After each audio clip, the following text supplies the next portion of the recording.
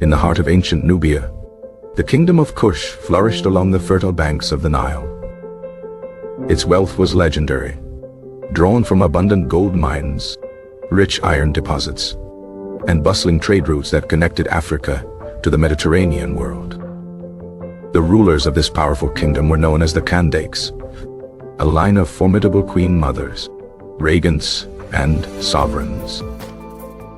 Among the most revered of these was Amanirenas, a name that would soon echo in the halls of Rome.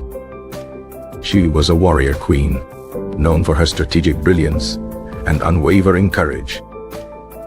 A battle scar had claimed one of her eyes, a permanent testament to her presence on the front lines. This physical mark did not diminish her authority. It amplified it, a symbol of her sacrifice and leadership. To the north, the world was changing, as the Roman Republic gave way to the Roman Empire.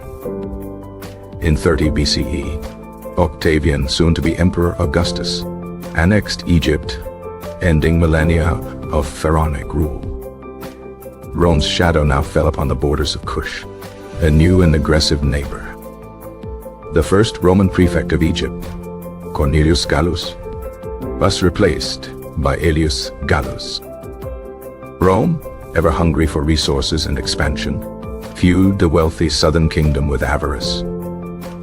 They imposed new, harsh taxes on the territories bordering Kush, territories the Kandakes considered within their sphere of influence. This encroachment was an insult that Queen Amanirenas would not tolerate. An opportunity for retribution presented itself in 25 BCE. The ambitious Roman prefect, Aelius Gallus, launched a disastrous military campaign into Arabia Felix. He took with him a significant portion of the Roman forces stationed in Egypt, leaving the southern border vulnerable. Scouts brought word of the weakened Roman garrisons to the court of Amanirenas in Meroe.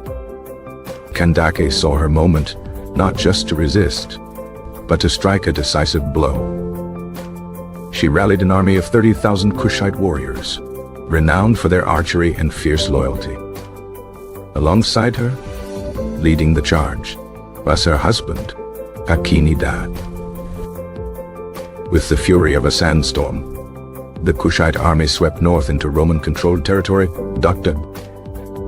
Their first target was the city of Syene, modern-day Aswan, Turkey.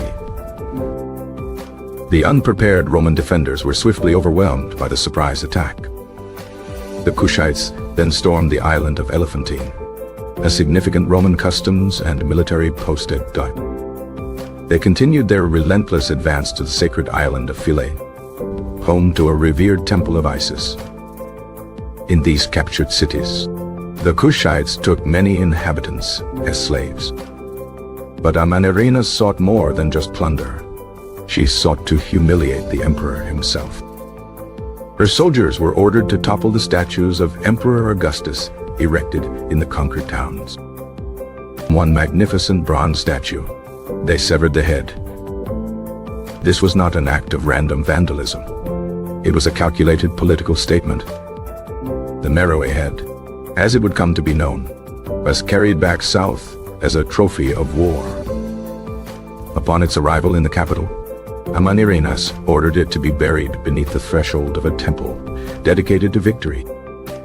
Every person entering or leaving the sacred space would forever trample upon the image of the Roman emperor.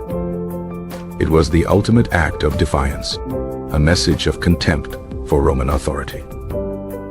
News of the Kushite invasion and the desecration of his statues eventually reached Emperor Augustus.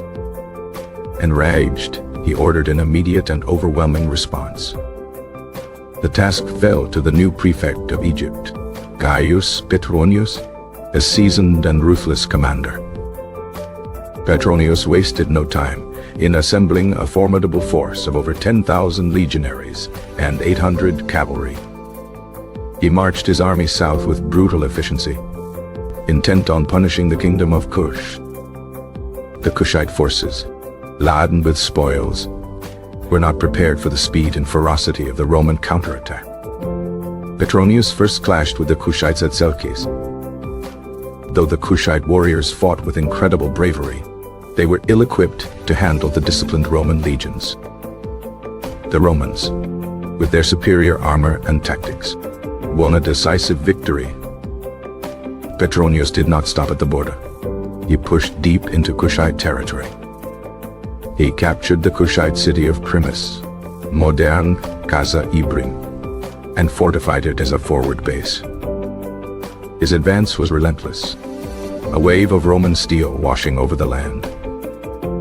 The Roman legions then marched on Napata, the religious heart and former capital of Kush. The city was sacked without mercy.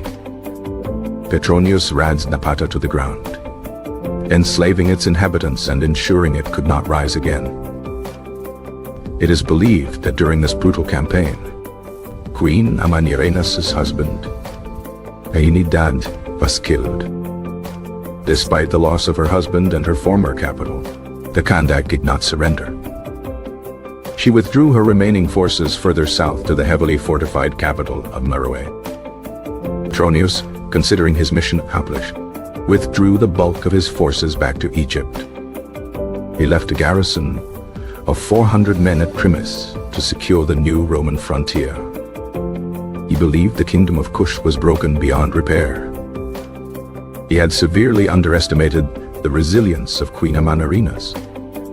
For months, she gathered a new, even larger army, her resolve hardened by loss. In 22 BCE, the one-eyed queen launched a second, daring offensive. She did not attack Egypt directly, but instead marched on the Roman garrison at Krimis. Her forces laid siege to the fortified city, trapping the 400 Romans inside. This bold move forced Petronius to march his legions south once more. When he arrived, he found Amanirenas and her army waiting for him. The two armies faced each other, but a full-scale battle was avoided. Petronius realized that a protracted war deep in Nubia would be a logistical nightmare. The climate, the terrain, and the indomitable will of the Kushites were formidable adversaries. Amanirenas, in turn, understood the immense power of the Roman war machine. She knew that while she could win battles, a war of attrition against the entire empire was unwinnable. In a move of brilliant diplomacy, she decided to bypass Petronius entirely. She dispatched envoys to negotiate directly with Emperor Augustus himself. This was not a plea for mercy. It was a negotiation between sovereigns. The Kushite delegation traveled all the way to the island of Samos in the Aegean Sea, where Augustus was holding court. They were granted an audience with the most powerful man in the world. The Roman court was likely surprised by the confidence and dignity of the Nubian ambassadors. They did not come as defeated subjects, but as representatives of an unconquered kingdom. They presented their case, arguing for a just and lasting peace.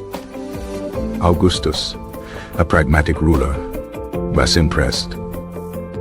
He understood that the cost of conquering and holding Kush would far outweigh any potential gains. The resulting peace treaty, known as the Peace of Samos, was a stunning diplomatic victory for Amanirenas. The terms were exceptionally favorable to the kingdom of Kush. Rome agreed to withdraw its border northwards, ceding the contested Dodecashuinos territory back to Kush. Most importantly, the treaty cancelled all Roman demands for tribute from Kush. Kingdom of Kush was to be treated as a sovereign neighbor, not a vassal state. The envoys returned to Meroe not with a truce, but with a triumph. Queen Amanirenas had faced the full might of the Roman Empire and had not been broken. She had lost an eye, her husband, and a city, but she had secured her kingdom's independence. The war established a stable and peaceful border that would last for nearly 3 centuries. Kush continued to thrive, its culture and wealth flourishing in the long peace that followed. Queen Amanirenas, the one-eyed Kandake, is remembered as one of the greatest rulers in African history. Her story is a testament to the power of resistance against seemingly insurmountable odds.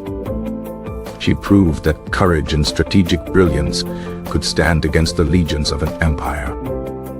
Buried head of Augustus remained under the temple floor, a hidden secret of defiance. It was a secret kept for nearly 2,000 years. In 1910, archaeologists excavating the site finally unearthed the bronze head.